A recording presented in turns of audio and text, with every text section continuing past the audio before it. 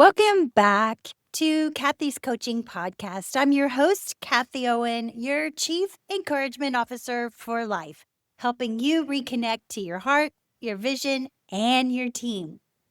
So, welcome back to Lessons from Ted Lasso, where we take scenes from one of the most inspiring shows ever created and discover the deeper wisdom inside them, the kind that helps us live, lead, and love better. Today, we're diving into The Strings That Bind Us, an episode that's all about connection, risk, forgiveness, and the beauty of imperfection. And wow, this one hit home right in the heart because it's exactly where I am right now in my business, in my healing, and in my leadership. The episode opens with that dreamy, almost ethereal moment. Dreams by the Cranberries playing in the background, soft golden light, people living life in simple ways. It's one of those scenes that reminds you life is beautiful when you slow down enough to notice it. It's not about perfection, it's about presence. And that theme runs throughout this episode. That's why I love how Ted Lasso weaves music into meaning. It's a string that binds the whole show together, reminding us to pause, breathe, and look for the beauty even in the chaos. Early on, Ted introduced the idea of total football, a system based on freedom, awareness, and trust. And the players have to move together, anticipate each other, and take risks. Ted explains 4 components. Number 1, conditioning. Number 2, versatility. And number 3, awareness. And then he never says number 4, but we'll get to that later. Each of those elements ties into something deeper for me right now as I build my own total wellness team. The people who will help me take my luxury wellness business to the next level. I'm learning that it's not about control, it's about flow. It's about trusting intuition, supporting each other's choices, and letting go of baggage. I've been learning to release old corporate conditioning, the kind that said success had to look a certain way, and replace it with something a lot more free and a lot more human and a lot more intuitive to life. So there's this hilarious but profound scene where Ted tells the team, hush your butt, hush your butt, hush your butt. He tells each of them that. And then I thought, that's exactly what Neville Goddard teaches. Tell your 3D world to quiet down. Hush your butt. When the outside world looks chaotic or negative, we don't have to engage with it. We can slam the door shut and return to our inner vision, the world inside us that creates everything out there. That's been huge for me lately. When fear, doubt, or noise starts talking, I just whisper, hush your butt. Yeah, honestly, what I do is I go into meditation and find my answer there instead of in the 3D world. And it works. So let's talk about Nate. Nate. He's navigating his awkwardness and self-doubt as he tries to ask Jade out. He asks Siri, how do you know if a girl likes you? And Siri responds, you can't. Even his mom and his sister say the same thing later in the episode. You just can't.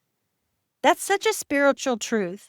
Love, like life, doesn't give you guarantees. You just have to trust and show up authentically.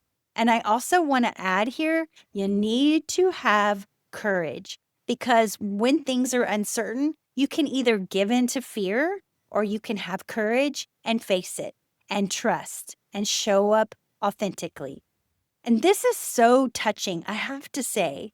Nate goes into the restaurant and he looks like he's going to ask Jade out, but he can't even find the words. So he goes into the restroom, and in the past, he has actually spit in the mirror to gain that courage. But this time, he doesn't spit in the mirror. He smiles. You can see he's shifting. He sees his own humanity, and he even makes Jade this little gift box. It's like He spends a lot of detail on it, and it's beautiful. And it's a symbol of care and vulnerability and authenticity. But actually, the box gets run over before the date. And I want to add here that actually Nate makes a lot of importance on all of this. And if he had just dropped importance, like we talk about in reality transurfing, it might have turned out differently. But we're not going to talk about that right now because this is about being human, and he does make it important. Now, we could see that box getting run over as a tragedy, but I see it as symbolism.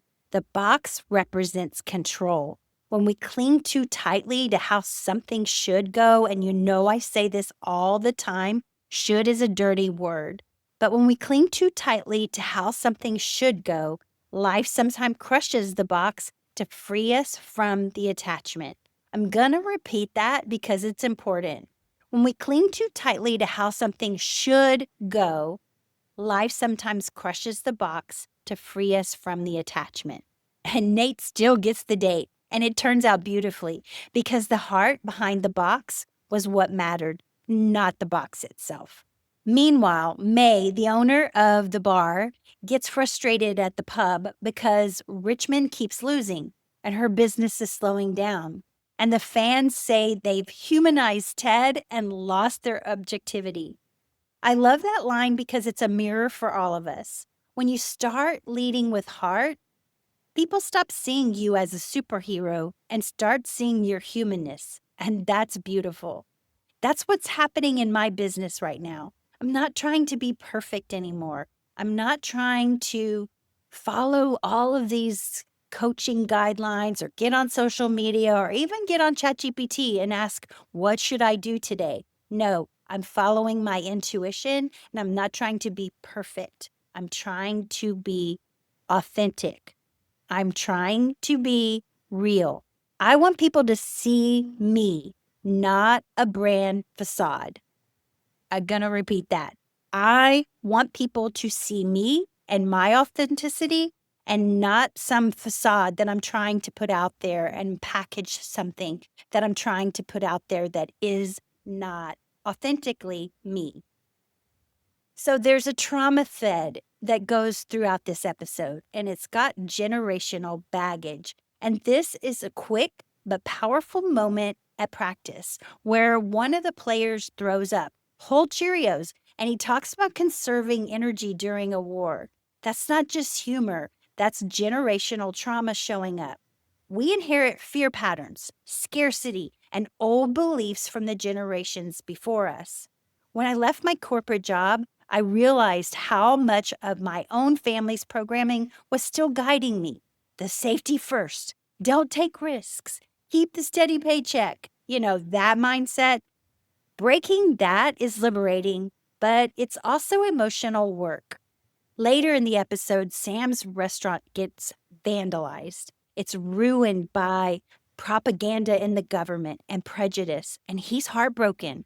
It reminded me of when I lost my corporate job. It was painful, but it was also the push I needed to step fully into my purpose. At the end, when they rebuild the restaurant, Sam decides to leave the broken mirrors as they are. He says, I'm going to leave them that way because it reminds me that everything doesn't have to be perfect. Wow, that line sums up the entire episode. As a chief encouragement officer, I want my team to embrace that. We don't need perfection. We need authenticity, alignment, and heart. And then probably the most touching scene has to do with Sam's father showing up after his restaurant got vandalized, because it's one of the most powerful moments in the entire show. And I remember this very well, and I've used this scene in an actual speech that I gave. But Sam actually bursts into practice. He's furious and screaming in pain over what happened. And this is not like Sam's usually jovial personality. And at that exact moment, his father walks in. And Ted has just said something very profound right before this moment happens. Sometimes you've got to leave space for God to walk through the door. And then Sam's father walks through the door. That's not a coincidence. That's grace. Because his father tells him, open your heart. Anger will only weaken you. Do you want to piss off those who hurt you? Forgive them. And then he says something that I have used in my speech. Don't fight back, fight forward. I felt that so deeply. Forgiveness is strength. Fighting forward is how we change the world, not with revenge, but with vision and love. So back at the halftime, Ted reminds the team that the right idea is sitting behind a couple of wrong ones. Then Jamie steps up and he says, and I wish I could do the accent, but I can't. He goes, stop going to me, start going through me. Everyone thinks that's number 4, sacrifice, but Ted says, no, that's not number 4, but he says that's a good one. And he never tells us the 4th pillar, and maybe that's the point. Maybe the 4th string that binds us isn't something to name. Maybe it's the unseen connection between us all. Belief, love, divine flow that holds everything together. For me, the 4th pillar is authenticity and vision and living at the end of your dream. Whatever you're dreaming, remain in that dream. That's the space for God to walk in. The faith that fills the gap between what we can control and what we can't. Don't forget that. And this is where we tie it all back to leadership. Ted Lasso isn't just a coach. He's the original Chief Encouragement Officer. He leads with belief, humor, and heart. He builds people up. He reminds them they're already enough. That's how I want to lead my business and my team, through luxury wellness experiences that connect people in a very disconnected world. Because the true strings that bind us aren't policies or productivity or social media or ChatGPT. They're actually love, laughter, forgiveness, and belief.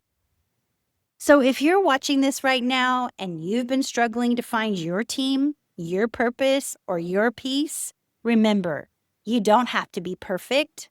The box can break and still lead to beauty. Broken mirrors still reflect light. And sometimes when you let go of control, the right people walk through the door at just the right time. That's the string that binds us. That's the lasso way. That's the way of a Chief Encouragement Officer. All right, thanks for watching today. And drop your biggest takeaway in the comments and tell me what strings are binding your beautiful life together right now. And don't forget, you can read more reflections and grab your free resources in the blog post linked below. All right, that's my episode for today. I trust that you found it helpful. And if you know someone who can benefit from this, please share it with them. And until next time, I'll see you next time. Peace out and namaste.